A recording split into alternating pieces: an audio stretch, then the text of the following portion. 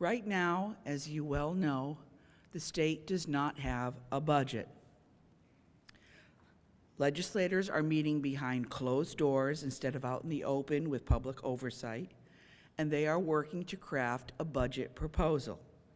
CEA staff and I have been going to many meetings. Sometimes they're held at CEA, and sometimes they're held across the street in either the Legislative Office Building or at the Capitol. We've been meeting with leadership, and we have actively been asserting the following 3 items that are absolutely unacceptable to CEA and to all of us as members. If legislators want to shift retirement costs from the state to the towns and municipalities, we cannot let that happen. That puts pressure on school budgets. It leads to cuts in education funding, fewer resources for our students, and layoffs for teachers. And they keep threatening with us with that.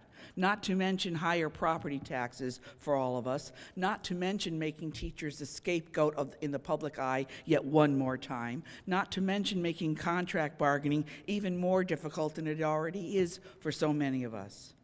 Number 2, we will not consider increasing our contribution to our pensions by any percent, especially not 2% or roughly $1,500 per year. This would make our payments higher than those for Social Security, which we do not get, as you well know.